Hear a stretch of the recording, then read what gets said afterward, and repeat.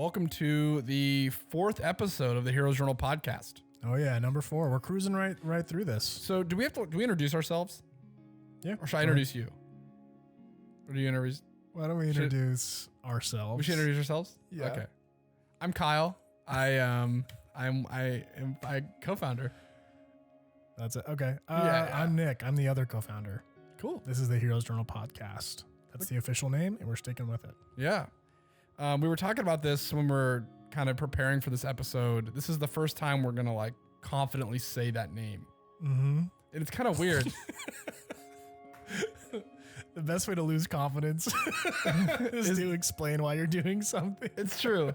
It's really true. But you know, just do it. I think people watch this to see kind of like the rawness of what we're trying to do. We're not like put together. We're just like, we're working through stuff.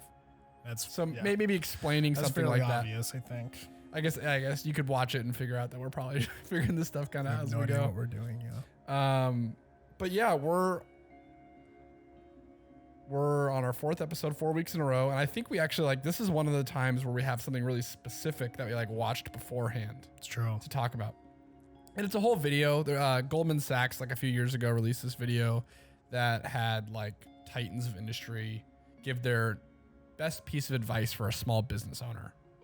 And there's a bunch of people in there, but the one that I really honed in on for me was Warren Buffett, which I understand the cliche. So just know that we're aware of the cliche, but he goes on this kind of little bit of a monologue about the difference between satisfying your customer and delighting your customer. And I thought that was a really good topic for us because I think that most of what we do and most of the time that we spend in meetings and specifically product offering things it's never really talking about satisfying our customer and doing the bare minimum. It's more about how can we blow someone's mind with the thing that we're making. Right. And as you guys may know, Nick is kind of the head of our product offering department. Department's weird to say because there's 4 of us. But yeah, Nick really kind of puts the final bows on a lot of the things that we make. And I wanted to kind of just pick your brain about what that looks like from a general product offering. If you were just look you as a shopper, and then also what it looks like for when you're kind of giving the final pass on a product that we're going to ultimately sell to other heroes.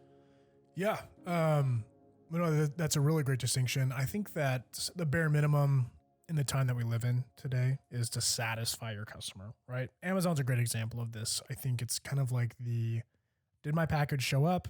Is it damaged? Is it what I ordered? Is it the right size? Great. That's kind of I don't want to say the bare minimum because it's hard to even achieve that for a small business. But that's kind of the gold standard, right? People talk about the Amazon effect, which more has to do with shipping times, but it's kind of the precedent for online business right now. The satisfying part is getting your thing in a timely manner. Now, the delighting your customer part is a whole nother conversation. And I actually think it's where, the Amazons of the world kind of lose a little bit to the small business because, people that run small businesses, they have the ability to really delight their customers because I think customers are kind of expecting less from small businesses, but also B, they are supporting a small business. And I think that, part of the reason that someone would do that, maybe pay a higher price for an item or go find a more specific item to buy from a boutique or whatever, is the opportunity to be delighted in that way. So when it comes to a product that we're making, I'm always looking for that small detail that would really make me really just smile or evoke some sort of emotion in me or just kind of summon some kind of appreciation for that product. And I can name countless products that I've bought or used, and I've really, really enjoyed them for one particularly small and almost off topic reason. I guess I was telling you the story. My mom is not a car person whatsoever, but she got a Jeep recently, within the last year, a Jeep Renegade, a small one. And, she doesn't know anything about cars, but she was showing it to me, and she was giving me the tour of the car and was showing me all these tiny little insignias that Jeep they put around the car, like behind the steering wheel or like the bottom corner of the windshield or like, the interior panel of like the trunk. When you'd open it up, you'd see it for a moment, like super small, like scavenger hunt type details you would only notice if you were kind of looking in these common areas nonchalantly. And so the fact that someone at Jeep was like, we're going to sprinkle these little Easter eggs throughout the car. And when people see them, like it's so off topic for like the handling or like, miles per hour or like the gas, but I think it's the thing that is going to make someone think fondly about the brand Jeep, because it's clear that they genuinely care about delighting the small customers by speaking through those small details.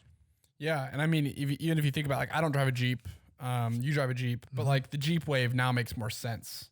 Right? Because it's like you have a company that does all these small details. So therefore the people who use these products are going to identify with the thing that they make.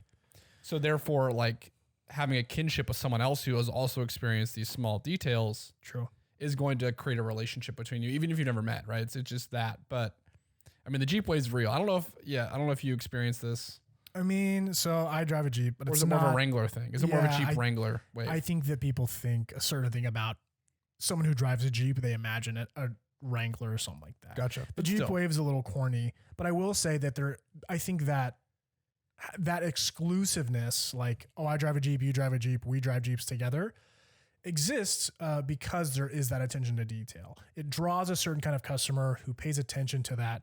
And one of those details is like, oh, I can do the Jeep Wave now, or like I'm in the club now, and it's a club I want to be a part of. So I would definitely count that as like just that's not something Jeep has to do. Jeep needs to sell cars that last a long time and do their job. Yeah. They don't have to make a fan club or a Jeep Wave or, a scavenger hunt of Easter egg icons throughout the car, but they do to elicit, that fandom, if you will. Yeah. And it's funny. I don't know if you're like, I've never driven a Mercedes, nor do I know very many people who drive Mercedes, but I don't know why it's stuck in my head, but on this one Mercedes that I saw one time, someone opened the door, and a lot of cars will do this thing where they like light the ground outside of the car so you can like step in. Yeah. And it's the Mercedes logo. Yeah. And I was like, this is insane. Like, that's crazy. Mm-hmm. Yeah. Land Rover does it too. I've seen Land Rover. Yeah. It may have been a Land Rover. I don't know. I don't remember which company it was, because once again, I had no specific relation to me. We're like not cars people at all. Not at all. But it was that thing that I realized, I was like, oh, they went the extra mile to like, either they love themselves so much or the people who love this thing love this so much. Either way, it doesn't matter, right? Because you're delighting someone with that. Yeah. What are some things with the Hero's Journal that we've done that, like, when you look at it, when you look back at it, or you use it yourself, you like, I did this specifically to like delight our customers, or delight our heroes rather.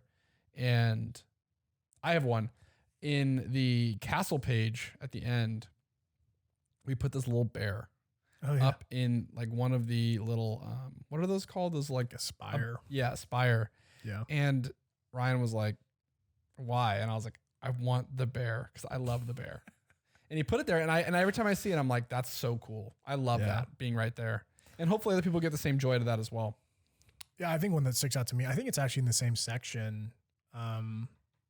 It's the giraffe character. Mm-hmm. It's actually the first time we meet this giraffe like character. I don't think they have a name, but I don't think so either. I think they're just thrown in. They're the mascot for Anima. For Anima, right? So, which is those are the people that live in the castle. It's part of the journal lore, if you will. Anyway, on the actual page, there is kind of like a breaking of the fourth wall where you have the giraffe, and there's like the notes section. You have like kind of the whole ally party, walking across this bridge to go battle the dragon. But the giraffe is too tall. He doesn't really fit. And so he has to duck under the notes section of the page, which was really masterful. That's totally done by Ryan, by the way. This wasn't my idea. But to me, like when I got that back, this is why I love working with Ryan. It's like such an important detail, because I think the thing about these details, and really the thing that like when Warren Buffett talks about delighting your customer, I think what it really is, it's just connecting with them on the most simple human level possible in a way that they can understand. There's a lot of people that like might not understand the journal, or like it might not be for them. but they like understand people that are too tall to fit into spaces and having to like awkwardly like bend over to fit in with other people. It's like a very human thing. So when you see that in the page, when you see it on the art, you're like, that's hilarious. Has nothing to do with my goal. Has nothing to do with like the hero's journal, but like, it's just a piece of art that speaks to like a human nature connection that I now have with this company because they like put a smile on my face. Yeah. Yeah. Yeah. And I mean, I even think about, like making of the wooden slipcases, right? And picking between the different styles that we could have gone with when we talked to the woodworker at first. And we chose this one because it felt the most like medieval, and it was probably the more expensive of all the options to make. Yeah. But it just felt more medieval. It felt like the thing that you would buy if you were living in the time of Astoria or in the area of Astoria. Yeah. I mean, he even made like you probably can't really see it, but like there's like a custom, like, I don't know what to call it, but like a fitting together, like the way that he like hand glued them together. I think it just felt a lot more unique than like a machine made one. So these are things that like maybe 1% of the audience will notice. Right. Yeah. But they're so important, to retaining a sense of like, you know, loyalty with your customers. Yeah. Cause let's face it, like we make a journal, right? Yeah. Journals aren't very complicated to make, especially like we're talking about cars. Yeah. Yeah. The manufacturing of a car and a journal couldn't be, you know, more different from each other in complication. So, you know, making a journal is not very hard, right? Like 95% of what we do from like a spec standpoint can be replicated. Of course. But there's like that 5% that is like deeply important and deeply, deeply essential, I would say, for a small business like ours that sets you apart from, 95% of the other companies. Yeah.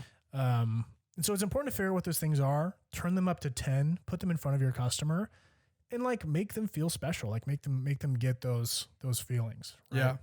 I think about one, if anyone who's watching this has ever seen, who like was there or watched it for some reason after the fact, but our Astoria RPG, right? Like Trashbeard or Chef Tortoilini will get thrown in there every once in a while. Right. That's something very specific that, whether or not it's meaningful, like you couldn't replicate that.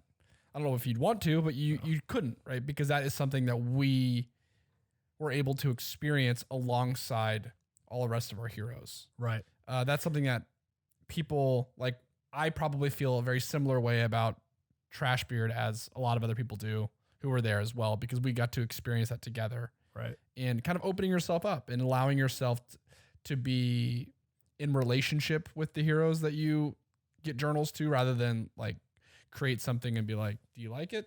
Do you not like it? Yeah. Right. Even purple. Purple's a great example. We voted on whether or not we're going to do purple. I think blue got a bunch of votes. I think even like a rust orange or something like that got a lot of votes. Yeah. So we were able to decide on purple, and then we were like, what shade of purple? We showed our live stream a bunch of different purples, and we landed on the one that we had. And then we were like, what do we call it? Right. We had people like amethyst. We had purple rain. We had all these different ideas. Yeah. So it's like you're able to almost create this relationship with the people that are actually using this thing in the real world. Not that we're not, but like these are people who are going out on these quests, if you will. And it's the fact that they get a sense of ownership over this thing. And they're like, I got to be a part of this. I am in a way in this journal just as much as they are. Yeah. And that's a really good feeling to know that. I don't know if you ever reflect on that. Yeah, of course. I mean, that's part of like the bringing your audience in and letting them kind of decide what thing they want you to make. I think is really important. It's definitely a balance, right? Like you have to still have ownership around like, these are the things we want to make.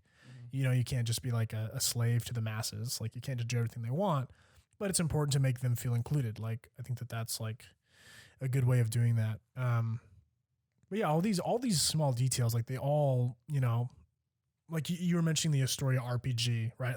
That's like us stepping out and playing Dungeons and Dragons, or like a form of it.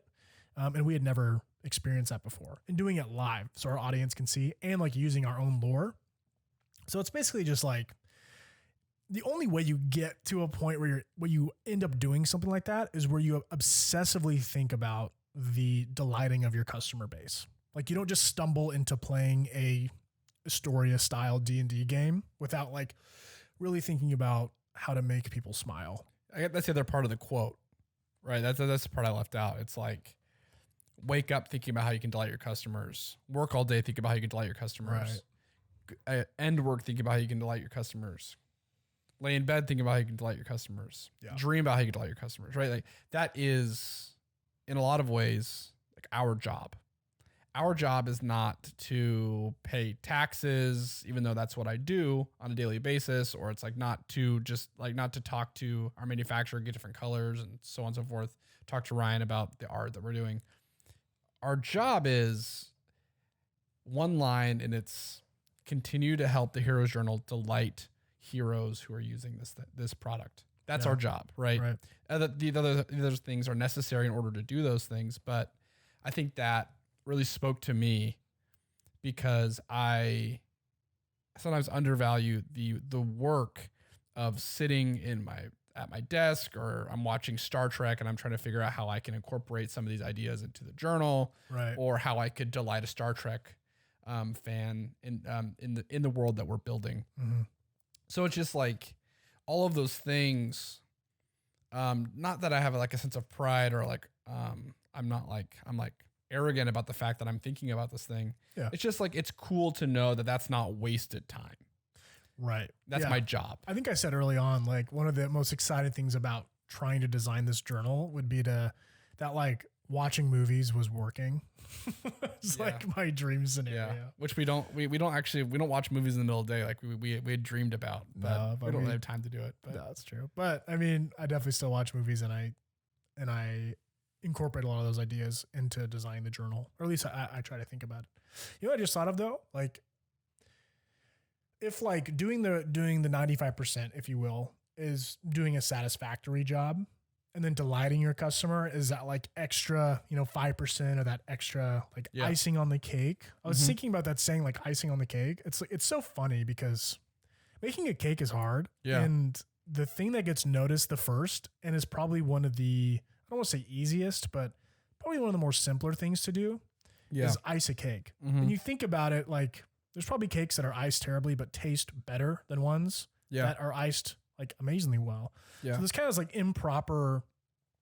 I guess what I'm trying to say, when you delight your customers, they're willing to stick with you and maybe even overlook some of the ways that your 95% isn't perfect yet, but could get better. Yeah. They just like the fact that you're trying to delight them. And so you kind of get this like grading scale that's really like, it's not perfect. That 5% gets highlighted far more, Yeah, I mean, even Kickstarter, right? We had that giant typo, and I was just waiting for the comments to like fly in. Right? I was waiting for people to be kind of roasting us. Like I spent X amount of dollars on this thing, and it's like not even it's not even edited. Like I was so nervous about that. Right. Yeah. And I think we got like 3 comments about it, and all of them were like, "This is your first edition. Keep going. Like we love this thing."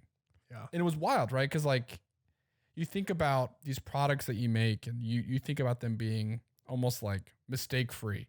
Mm-hmm. You buy this thing, you're like, this thing is ready to be like, this is perfect. Yeah. And I think it was it was that lesson right there that I think is one of the reasons why we actually were able to continue to grow. Mm-hmm. Is that it's like, oh, people want the best thing that's possible, but they want you to love the thing that you're making. Yeah. Right. Because I think that the flip side of it is like, we're delighting ourselves. When I see the U pin, or I see the sword in the circle pin, or quotas pin, I don't know how to name them all, but I did. I personally am like, that's so cool that this thing exists in the world. Yeah. When we talk about the Greater Wildwood Candle, the fact that I get to smell this place that we've been building for 2 years. Yeah. And I see the Misty Bee map, and I'm like, holy cow, this is what our land would look like if you put it in the hands of like a cartographer, someone who would genuinely map out a place. Yeah. That's it's pretty remarkable to see these things and to be able to experience that and feel that and know that there are other people in the world that are also having that same experience is pretty impactful. I mean, yeah, I mean, and the truth of it is like we wanted to do those things for years. Like we wanted to collaborate with a cartographer. We wanted to do a candle collaboration with Tukish. Like, so it's not, and this is actually a really important lesson for anyone trying to start something, especially starting small. Part of delighting your customers is delighting yourself. Yeah. Because when you scratch your own itch and you start something, you're banking on the fact that other people share that itch. Like, starting a business is solving a problem for someone. But the best businesses are the ones that solve problems for the people that started them. Mm-hmm. And then they're, you know, it's kind of like, hey, I started this because I had this problem. This solved it. If you have this problem, this will solve that problem too. Exactly. It's like a very simple way to look at it. So yeah, it's important to like, I don't know, to scratch your own itch in that way. Yeah. You know? And so, and some itches can be more like lack of efficiency, right? Mm-hmm. Amazon scratched the itch that like I couldn't get the thing that I want to get timely and safely. It's not creative. It's not like exciting necessarily. Yeah. But if you're out there trying to start like a company that's a lot more on the efficiency side of things, making things maybe it's not quite as like, I don't know if what we do is necessarily sexy, but we get to like be all imaginative and stuff. Yeah. It's kind of making a new journal is a lot like writing a short story. Mm-hmm. But I think that there is that in pretty much any type of business you could ever start. Yeah. Whether it's a well-traveled path or it's not, it's like this, it's this thing that all entrepreneurs share is that there is a status quo with the world. Something, things exist, processes exist. They want it to be better. So they go out and they try to solve that problem. Yeah. And anytime you talk to any entrepreneur, you can always relate on that point, which I think is really interesting, regardless of what they do. Yeah. It's like the absolute, like, you know, most absurd form of stubbornness ever. It's like, oh man, I have this problem and like the things out there like don't exist. Like instead of being patient and waiting for it to exist in the world, I'm just going to make it myself. And that's how we got started, right? We didn't try and start a journal company. I didn't come to you one day and be like, you know what we should do? We should move into a house and like hire some people and like run a journal company. It was like, hey, I'm actually trying to find a journal that like merges the inspiration that I get from Lord of the Rings and like all these great stories with like the organizational tools that I need to be successful in my everyday life. But there's nothing there. Like there isn't even anything remotely like this that isn't like a workbook or boring. So like, do you want to make one? You know? Like, yeah. And now here we are, right? Like 2.5 some years later. Yeah. And so that's the best way to start something, I think, is like really digging deep and figuring out what problem do you have with the world, even if it's as insignificant as you might think it is. I'm sure someone else out there shares the same problem. Yeah. Yeah. It's interesting, right? Like I'm not a shopper. We talk about this a lot, right? Mm-hmm. It's probably why I'm better at operations than I am at product stuff is like, I want things to be as efficient as possible. I want to be able to go into a store and buy the thing that I want. Yeah. I don't want to look around at all the options, right? That's so weird to me. I'm very streamlined. It's very like X, Y, and like, Z. I want to walk in, give you cash, and walk out with a product. Exactly, right? So that to me is delight. If you can make this experience easy for me and you can make it logical, even if it takes 2-3 weeks for me to get the thing that I want, you'll tell me why it's taking 2 to 3 weeks. You'll tell me like what the care that you're taking to get me this thing. Yeah. And it's kind of like, it's why I think the warehouse video probably means something differently for me than it is for you. Because for me, I bet there's a bunch of people out there who are like, I ordered this thing for pre-order and it took us about 2 weeks to get it out. Like, why is that? It's like, because we're building processes, we're building this thing so that we can get this thing to you in like pristine condition. Yeah. We're doing our absolute due diligence in order to get you this perfect thing. Which we kind of had like an experience of the alternative recently. Yeah. Well, so we're really different, right? So when I buy something, I usually am stocking it for a while online. I'm looking at Amazon, I'm looking at YouTube, I'm looking at all these different reviews. And then I eventually pull the trigger on the one I feel the best about. And if it's a high ticket item, I might go into a store if they have it there and I'll check it out. Like I'm not going to just buy a car online. Like I'm not like that, but I like to shop. And I always think it's really interesting to see how brands present their products and how, you know, businesses are like, hey, here's why you should buy this thing. Plus I love looking at reviews. Like my favorite reviews of the Heroes Journal, are on YouTube and they're like grainy and they're like not filmed in 4K or perfect. Like it's a relatable video from a real human being using this product, giving an honest review, unsolicited, like it's just their opinion. Those are my favorite reviews of the Hero's Journal. But you're a little different. You like to go into the store. Like I've seen you walk into Apple, pay with cash and get AirPods and just walk out, which is insane to me. But recently, yeah, exactly. You have the money, you walk in, you buy the thing, you walk out. Yeah. Like not looking for any deals, not looking for any discounts, just going in, buying it, walking out. Because the thing is like I either have the money for it or I don't. I think a discount for me, it's like, yeah, I could get this thing 10% off, and that'd be great if I did, but I'm not gonna like wait for it because it's not gonna like make it financially viable for me if it's 10% off. Right. Because if I can't afford it at 100%, I can't afford it at 90%. So it's never a good decision. Yeah. That's kind of my thought. So I'm not gonna wait. I can see how that makes sense. I mean, but I love finding the bargain, find the cheapest price. But anyway, I cut off your story a little bit. We recently walked into a store together. You were going to buy a coffee maker. Yeah. Tell us about that experience. So a little bit about Kyle, co-founder, my really awesome intro, is I love coffee. And yes, I like the taste of coffee. It's cool. But I genuinely enjoy like the process of what goes into coffee. I love researching and learning about the coffee beans that I'm buying. I love talking about how the different origins and the different regions can taste differently and what that impact it has on the final product, different roasting stuff. And I also love like the how like tangible it is to make coffee.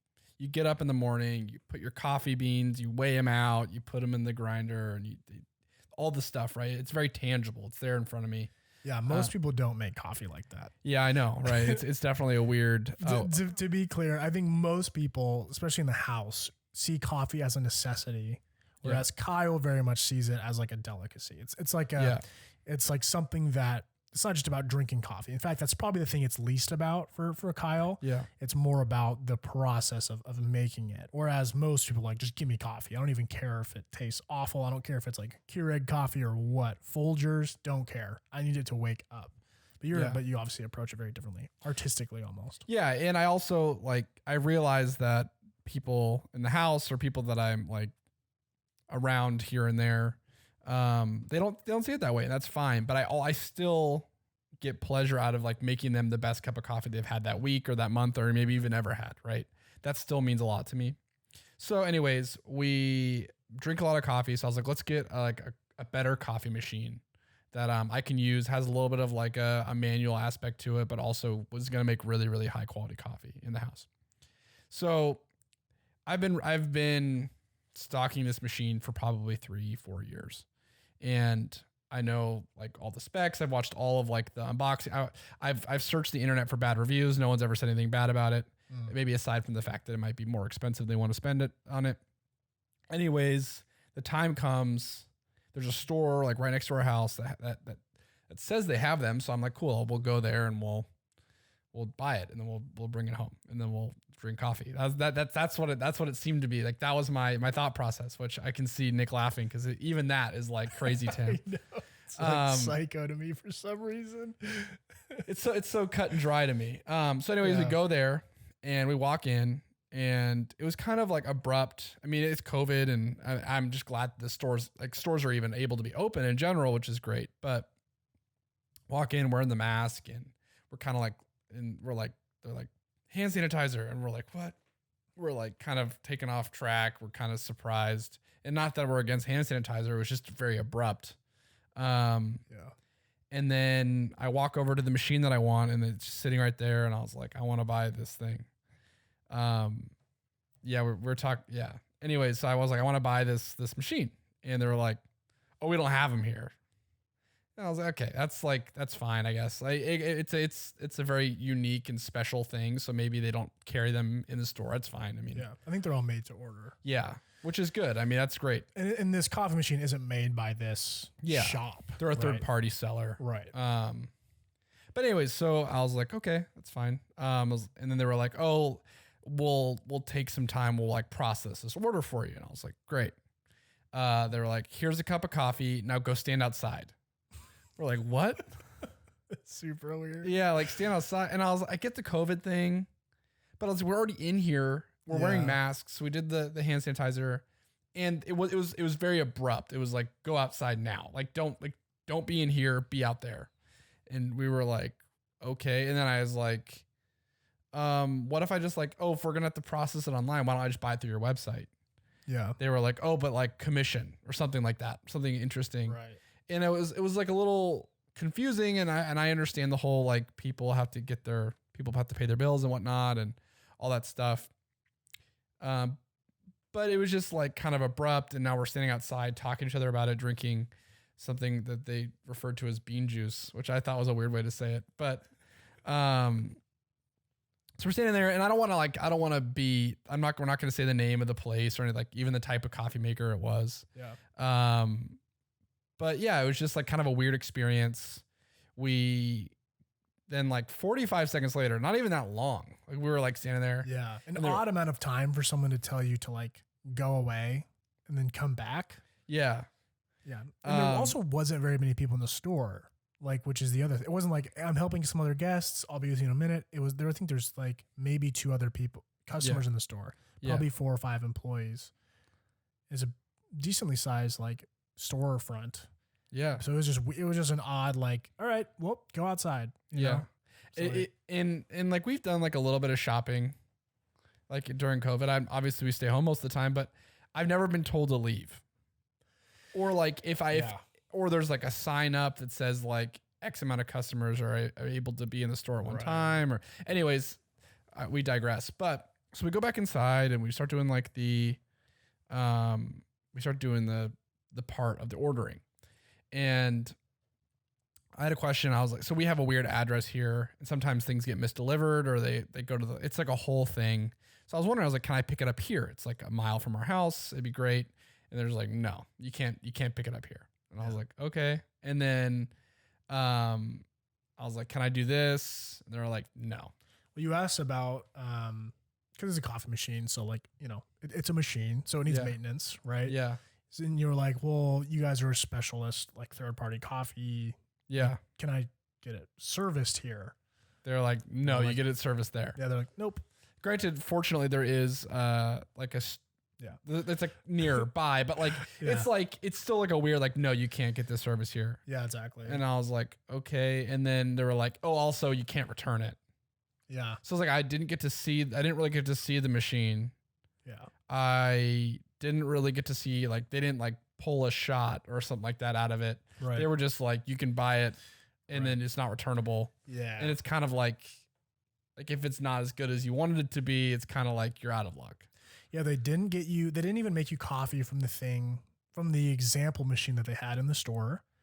They didn't let you like really design it. They just kind of sat there because it's a custom product. So it's one of those things that you kind of build yourself. Yeah. What ended up happening is like, we're sitting on the other side of this plexiglass with masks on. They have a mask on, which is fine, but they're basically just walking us through the online checkout that you would be doing on your own time in the comfort of your home. Safety.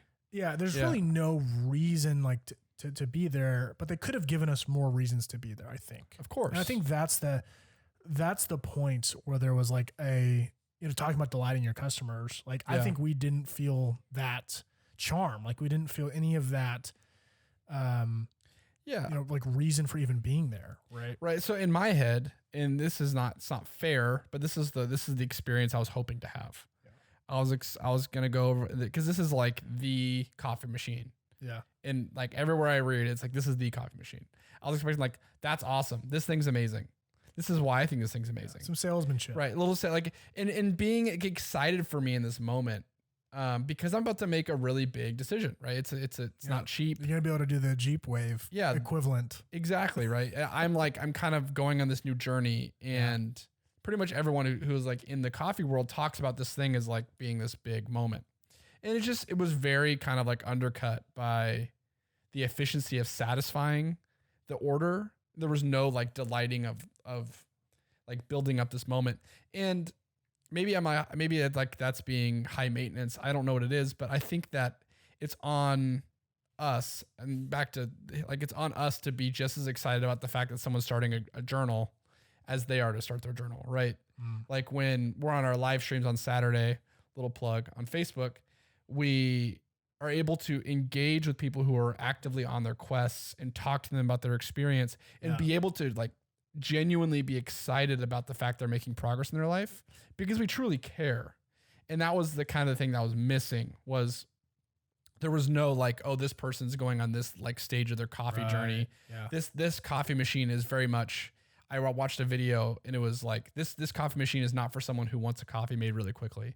This coffee machine is made for someone who enjoys the process of like getting better at making coffee every single day. And there was like in no way was that reflected in the process.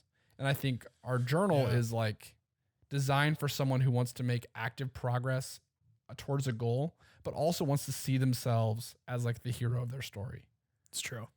Yeah. I mean, this is definitely dipping into like a kind of a customer service issue as well. But I imagine a world like, let's say you didn't like no research on like that machine, right? Like, and you came in and you're like, I want a coffee machine. Like, I wonder how that would have went. Like, where's the salesmanship? Would they have asked you to like go outside and wait for 45 seconds? Like, I don't know. I think that going in with like being, I mean, anyway, so moral of the story, we end up not buying the coffee machine because it was a weird vibe. We didn't really feel super comfortable. And we walked out of that and we weren't like upset. Like we didn't yell at anyone. We just were kind of like, hey, we're going to take some more time to think about this. Like, thanks for your help today.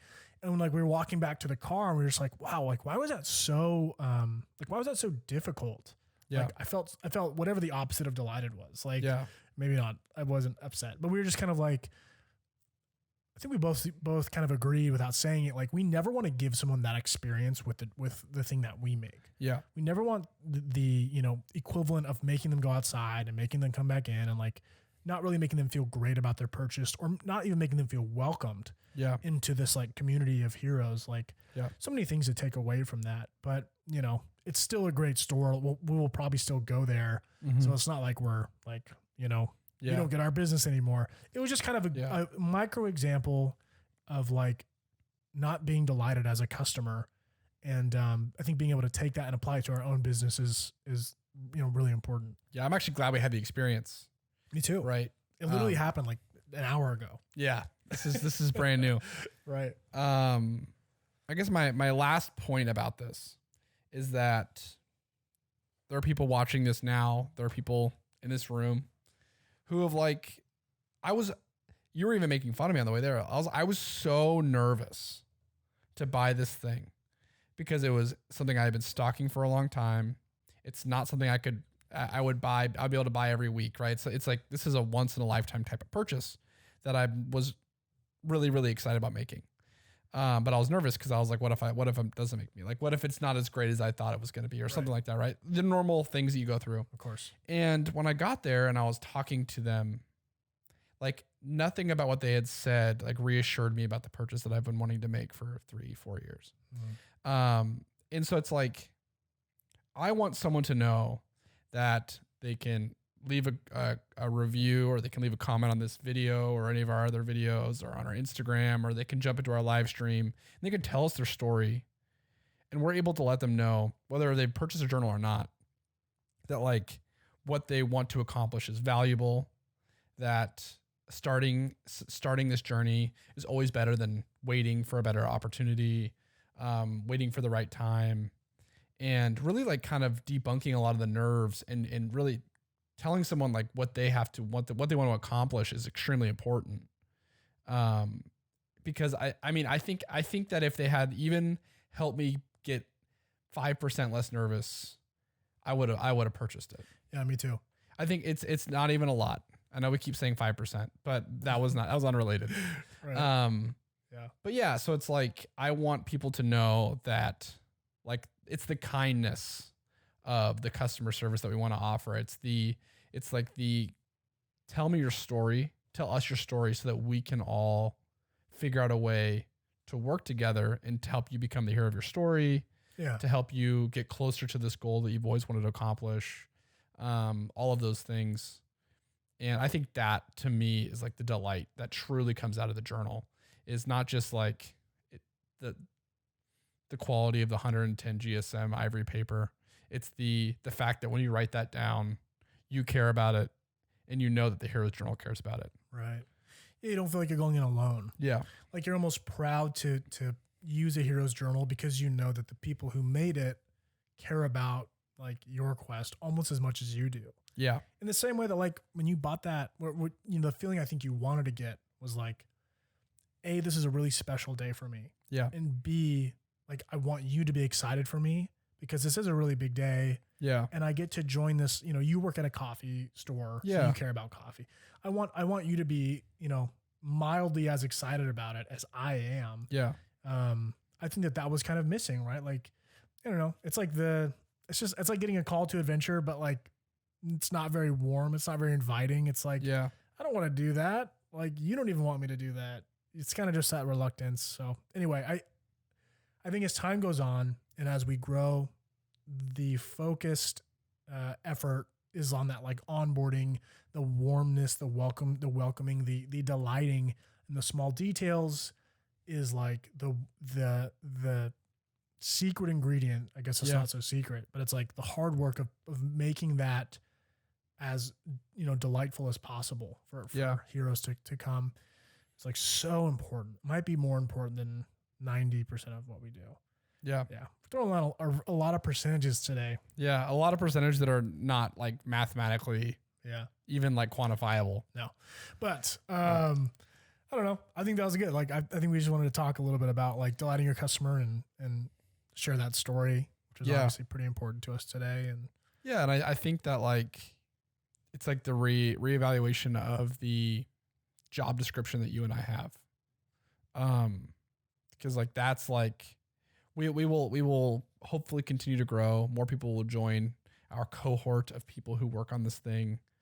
But I think like as a co-founder, I hold it like as high esteem that like nothing in my job description holds higher precedent than delighting a hero. Yeah. And just kind of having that as the forefront and allowing other people to like in on that. I want like Bert and Zach and Ryan and John and everyone to feel like delighting our customer is the most important thing.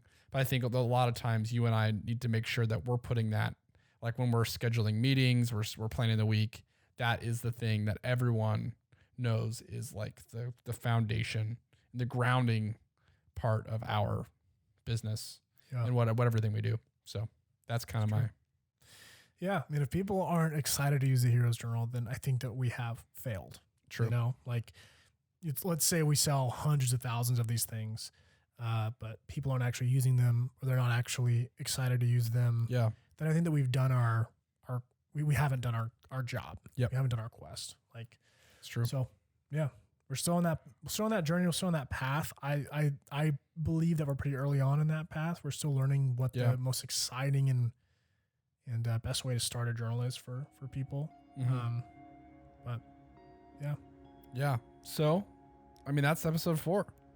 Yeah, that was good. That was fun. That's almost like 4 hours of podcasting that we've done. Yeah. That's wild. Something like that. I mean, probably closer to 3.5 hours, but still, that's pretty wild. It's like an extended edition Lord of the Rings movie. Yeah, I think now it's time for the shameless plugs for the rest of our YouTube channel. Do you want me to do it? I can do it this time. You want to hit it? Let's see what you got. Go extra charismatic. Extra charismatic? Charismatic. Madnick. Oh, that was terrible. Well, hey, thank you for listening to the podcast and for watching the podcast if you're on YouTube. And hey, while you're on YouTube, just go ahead and subscribe to us. We drop 2 to 3 videos a week, anything from talking head videos where we mention goal setting, storytelling, analysis of like movies, books, all that stuff, as they kind of apply to personal development. We put a lot of work into those videos and we love making them. We also do this podcast. You can also listen to it on Spotify or Apple Music. And then we are recently kind of doing some behind the scenes type videos. If you didn't know, we all live in this house called the Heroes Headquarters. Kind of crazy. We're all in our 20s. We're all trying to run this business and grow it into something really special.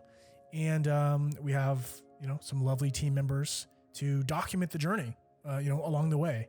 So please join us as we, try and help people tell better stories about their lives, about their goals.